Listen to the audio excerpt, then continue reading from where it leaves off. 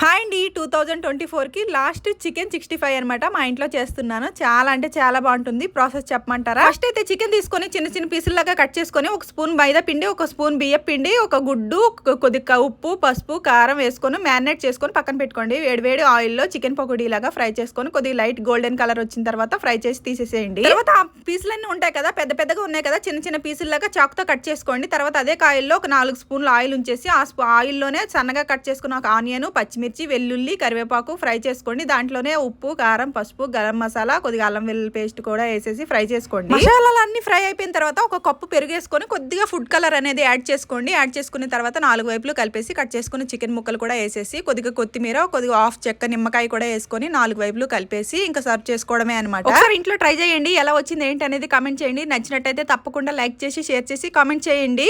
So subscribe చేసుకోండి అబ్బా, చాలా మంది వీడియోస్ చూస్తున్నారు కానీ సబ్స్క్రైబ్ చేసుకోవట్లేదు. Bye bye.